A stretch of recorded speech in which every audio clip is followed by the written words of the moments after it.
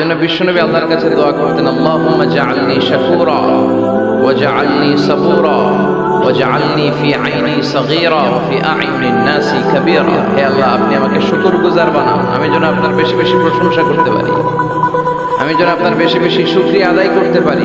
ওয়া জাআলনি সাবুরা, আমাদেরকে ধৈর্যশীল বানান, আর নিজের চোখে আমাকে আপনি ছোট বানান, গোটা বিশ্বের মানুষের চোখে আপনি আমারে বড় বানান। পড়েন আমিন। নিজের চোখে নিজের ছোট থাকতে হয়, ঠিক কি না? এটাই হচ্ছে ইসলামের ডিরেকশন। মান তাওয়াবা তারাফা, যে নিচে নামতে চায় আল্লাহ জেনে উপরে উঠায়। সুন্দর না সিস্টেমটা? আর যে উপরে উঠতে চায় অহংকার করে, তারে নিচে নামিয়ে দেয় কে? সাইয়েদনা আদম আলাইহিস সালাম বিনয়ী ছিলেন। ওনাকে সৃষ্টি করার পরে আল্লাহ বললেন, ইয়া আদম সাল্লিম আলা উলাইকান নাফার। আদম, এই যে ফেরেশতারা বসা, সালাম দাও। আদম বলেন, না আমি সালাম দিব কেন, আমারে দেয় না কেন?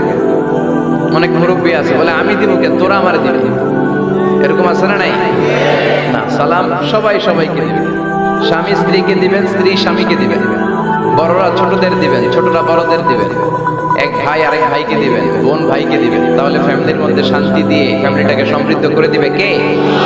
কারণ সালাম অর্থই শান্তি। সালাম অর্থ কি? ফ্যামিলির মধ্যে আমাদের এই সালামের প্রচলন নাই। বিশ্বনবী সাল্লাল্লাহু আলাইহি ওয়াসাল্লাম স্ত্রীদেরকে আগে সালাম দিতেন, সাহাবাদেরকে আগে সালাম দিতেন। মা আয়েশা বলেন, এত বছর বিশ্বনবী সংসার করলাম, একদিনও আগে সালাম দিতে পারি নাই। সবসময় বিশ্বনবী আমাকে আগে সালাম দিয়ে দিতেন। তো সাইয়েদনা আদমকে সৃষ্টি করার পরে আল্লাহ বললেন, আদম সাল্লিম আলা উলাইকান নাফার। বুখারীর বর্ণনা, ফেরেশতাদের এই দলটাকে তুমি সালাম দাও। সাইয়েদনা আদম আলাইহিস সালাম অহংকার করেন নাই। তিনি বলেন নাই যে কেন দিব, ফেরেশতারে বলেন না আমারে দিতে, এটা বলছে না, উনি সালাম দিলেন। ফলে ওনার অন্তর থেকে অহংকার মুক্ত করে দিল কে? বিশ্বনবী বলেছেন, আল বাদিউ বিসসালামি বারিউম মিনাল কিবর। আগে আগে যে সালাম দিয়ে দেয়, আল্লাহ তার অন্তর থেকে অহংকার তুলে নেয়। মান কানা ফি কলবিহি হাববাতু খারদাল মিনাল কিবর লা ইয়াদখুলুল জান্নাতা আবাদা। যার অন্তরে যাররা পরিমাণ অহংকারের ছিটে ফোঁটা থাকে, সে আল্লাহর জান্নাতে ঢুকতে পারবে। আল্লাহর জান্নাতে ঢুকবে বিনয়ীরা। কারা? যারা বিনয়ী, মুতাওয়াদি, হাম্বল, যাদের মধ্যে হাম্বলনেস আছে, যারা বিনয়ী, তারা জান্নাতে ঢুকবে। তো সাইয়েদনা আদম আলাইহিস সালাম বিনয়ের পরিচয় দিলেন, কিন্তু শয়তানকে আল্লাহ বললেন উসজুদু। শয়তানকে বললেন, শয়তান সেজদা দাও। ফেরেশতাদেরকে যখন অর্ডার করেছে সেজদা দাও, শয়তান বলল, আল্লাহ আমি সেজদা দিব না। অহংকার করলো, সে নিজে নিজে উপরে উঠতে চাইল। সে বলল, খালাকতানি মিন নার ওয়া খালাকতাহু মিন তিন। আপনি আমাকে বানিয়েছেন আগুন দিয়ে, আগুনের ধর্ম উপরের দিকে ওঠা। আগুন জ্বালিয়ে দিলে লেলিহান শিখা কই যায়? উপরে যায়। ওয়া খালাকতাহু মিন তিন। আর আদমকে বানিয়েছেন আপনি মাটি থেকে, তা আমি কেন সেজদা দিব? আদমই না আমারে দিবে। আল্লাহ শয়তানকে চির জাহান্নামী বানিয়ে দিল। চিল্লায় বলেন ঠিক কিনা? আর বিনয়ের কারণে আদমকে আল্লাহ বানালেন আশরাফুল মাখলুকাত। কি বানালেন? সৃষ্টির সেরা। এজন্য নূরের ফেরেশতারাও সাইয়েদনা আদমকে সেজদা দিতে বাধ্য হয়েছে। চিল্লায় বলেন ঠিক কিনা? তুমি মাটির আদমকে প্রথম সৃষ্টি করিয়া ঘোষণা করিয়া দিলে শ্রেষ্ঠ বলিয়া, তাই তো নূরের ফেরেশতা করে আদমকে সেজদা। ঠিক কিনা? তাই তো নূরের ফেরেশতা করে আদমকে সেজদা। সবার চেয়ে সম্মান দিলে মাটির আদমকে। আল্লাহু আল্লাহু তুমি জাল্লে জালালুহু, শেষ করা তো যায় না গে তোমার গুণগান। আল্লাহু আল্লাহু, সুবহানাল্লাহ পড়েন। এজন্য আমরা যেন বিনয়ী হই, আমরা যেন নিজেকে ছোট মনে করি। আপনি নিজেকে ছোট মনে করলে আল্লাহ আপনাকে বড় বানায় দেবে। আর যদি নিজেই নিজেকে বলেন আমি বড় আল্লামা, আমি সব জানি, তাহলে আল্লাহ বলবে তোর স্থান হচ্ছে সবচাইতে নিচে। ঠিক কিনা? আবু নওয়াস একজন কবি ছিলেন। উনি বলেছেন, ওয়াকুল্লি মাইয়াদাঈ ফিল ইলমি ফালসাফাতান হাবাসতা শাইআন ওয়া গাবাত আনকা আশিয়াউ।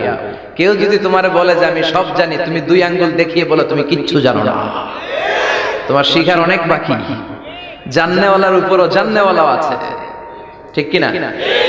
এজন্য আমরা যেন বিনয়ী হই।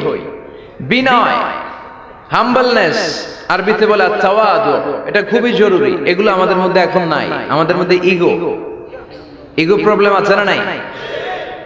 অহংকার, জেলাসি, অ্যারোগ্যান্স, এগুলো থেকে সম্মানিত ভাইয়ের আমাদেরকে বেরিয়ে আসতে হবে। দেখবেন সমাজে যারা খুবই হাম্বল, বিনয়ী, তাদেরকে সবাই পছন্দ করে না? আর অহংকারীদের কেউ পছন্দ করে না। সামনে সালাম দেয়, পিছনে গালি দেয়। কথা বলেন। এজন্য অহংকারী হবেন না, বিনয়ী হবেন।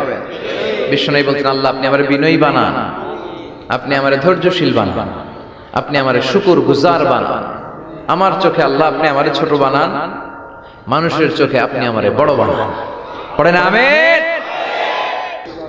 তো এখানে কি গোখরা সাপ পাওয়া যেত নাকি আগে? বিলটা অনেক বড় ছিল, এখানকার মাছ এসে আমরা খেতাম। সুন্দর একটা এলাকা ছিল। তো এখনো কি আছে জলাটা? বর্ষাকালে পানি হয়? আচ্ছা, পত্রিকা তো একবার একটা রিপোর্ট হয়েছিল গোখরার জলা নিয়ে। এটা বাংলাদেশের ওয়ান অফ দ্য বিগেস্ট জলা, অনেক বড় একটা জলা, অনেক পানি হয় বর্ষাকালে।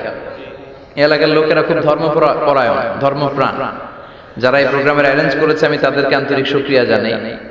যারা আপনারা অনেক দূর দূরান্ত থেকে, একজন তো এসে বললেন যে আমি চট্টগ্রাম থেকে এসেছি, কেউ বললো যে আমি পুরান ঢাকা থেকে এসেছি, অনেকে অনেক জায়গা থেকে এসেছেন। আলহামদুলিল্লাহ, এটা একটা ভালো সাইন। এটা it's a very good and positive sign যে কোরআনের কথা যেখানে হয় এখানে মানুষ জড়ো হয়। বানের পানির মতো ঢল নামে মানুষের। আগে যাত্রাপালা হইতো, গানের কনসার্টও এখন কমতে শুরু করছে, ঠিক কিনা? ওই জায়গাটা দখল করে নিছে কোরআনের তাফসীর। এটাই প্রমাণ করে আগামীর বাংলাদেশ ইসলামের বাংলাদেশ। চিল্লায় বলেন ঠিক কিনা? ইসলামের বিজয়কে কেউ ঠেকায় রাখতে পারবে না। ইসলামের বিজয় অবশ্যম্ভাবী। গোটা বিশ্বব্যাপী ইসলামের গণজোয়ার। ডাচ পলিটিশিয়ান একটা ইসলাম ধর্ম গ্রহণ করছে না? আগে বলতো Islam is a lie, Quran is a poison. Quran নাকি বিষ আর ইসলাম নাকি মিথ্যা। আল্লাহ মহাসত্যটা এখন ওর অন্তরে ঢুকাই দিচ্ছে। এরকম কত পলিটিশিয়ান, কত সিঙ্গার, কত ডান্সার, কত সেলিব্রিটি, কত ক্রিকেটার, কত প্লেয়ার, কত যুগশ্রেষ্ঠ মানুষ এরকম কালিমা পড়ে পড়ে মুসলমান হয়ে যাচ্ছে। সব নিউজগুলো আসে না, কারণ এই নিউজগুলো মিডিয়াতে কাভার হলে গোটা বিশ্বব্যাপী তোলপাড় শুরু হয়ে যাবে, ঠিক কিনা? ওরা ওই দিক দিয়ে আমাদের বিরুদ্ধে প্রচারণা চালায় যে ইসলাম মানে হচ্ছে জঙ্গিবাদ, ইসলাম মানে হচ্ছে সন্ত্রাসবাদ। এগুলো বলতে বলতে ইউরোপ আমেরিকার যে সাধারণ নাগরিক, ওদের কান ওরা ঝালাপাড়া করে ফেলছে। ইউরোপ আমেরিকার খ্রিস্টান নাগরিকরা ভাবলো ঘটনা কি, ইসলামের ব্যাপারে এত কথা কেন? What is Islam? এটা আবার কি? Let's check in Google. একটু চেক করি গুগলে, বুক ফেয়ার গুলোতে কিছু বই পড়ে দেখি ইসলাম সম্পর্কে। ওরা পড়তে শুরু করলো। আমাদের বিরুদ্ধে অপপ্রচার চালালে এটা আমাদের পক্ষের প্রচারণা হয়ে যায়, ঠিক কিনা? ওরা জানতে পড়তে শুরু করলো। অনেকেই ইসলাম দ্বারা ইমপ্রেসড, অনেকেই impressed, convinced. Now they accepted Islam, they converted to Islam. তারা খ্রিস্ট ধর্ম ছেড়ে দিয়ে মুসলমান হয়ে কালিমা পড়ে নিয়েছে। এই বাণীটা একটা বিপ্লবী বাণী, লা ইলাহা মুহাম্মাদুর। ঝিনুকের ভেতর লুকিয়ে থাকে যেমন মতি, ঝিনুকের ভেতর লুকিয়ে থাকে যেমন মতি, কালমা শাহাদাতে আছে আল্লাহর জ্যোতি, কালমা শাহাদাতে আছে আল্লাহর জ্যোতি। সুবহানাল্লাহ পড়ো। এটার মধ্যে একটা লাইট আছে, লাইট স্পার্ক করে, এটা জ্যোতি, এটা আল্লাহর নূর। এটা যারা অন্তরে একবার প্রবেশ করতে পারে সে সত্য ছাড়া চোখে আর কিছু দেখে না।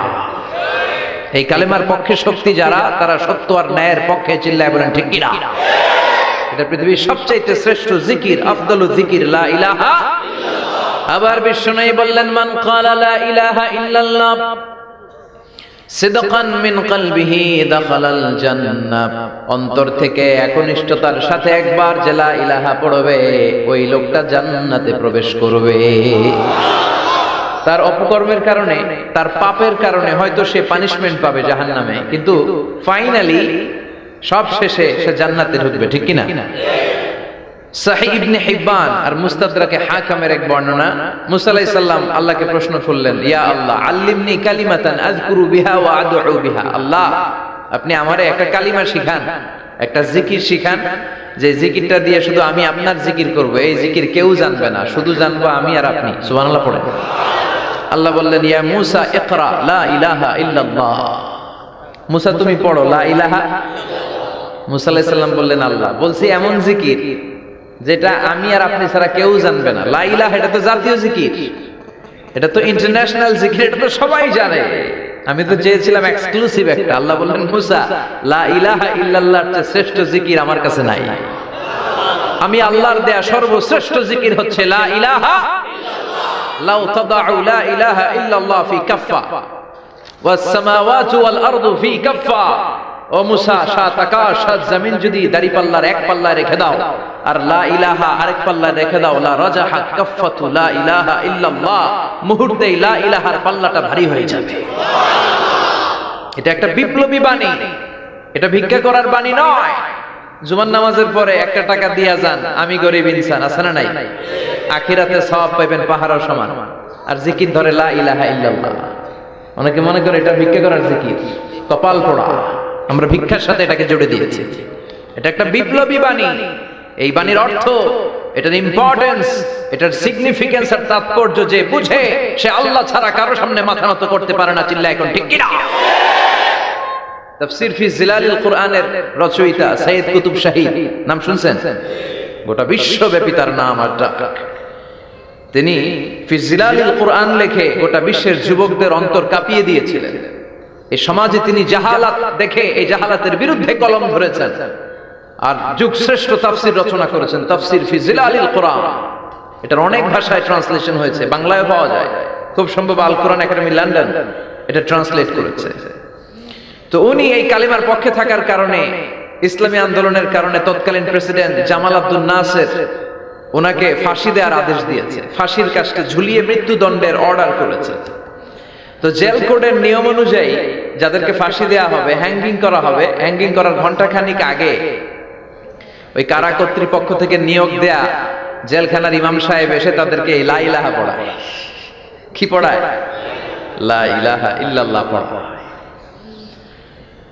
তো সৈয়দ কুতুব শাহীদ উনিও যখন ওনাকে ফাঁসির কাস্টে ঝুলানো হবে, ওই মুহূর্তে জেল কোডের নিয়ম অনুযায়ী ইমাম সাহেব এসে সৈয়দ কুতুব সাহেবকে বলতে আরম্ভ করলো যে, আমি আপনাকে কালিমা পড়াতে এসেছি, আপনি পড়েন লা ইলাহা ইল্লাল্লাহ। সৈয়দ কুতুব শাহীদ বললেন, আমারে কালিমা শিখাতে এসো না, আমি কালিমা খুব ভালো জানি।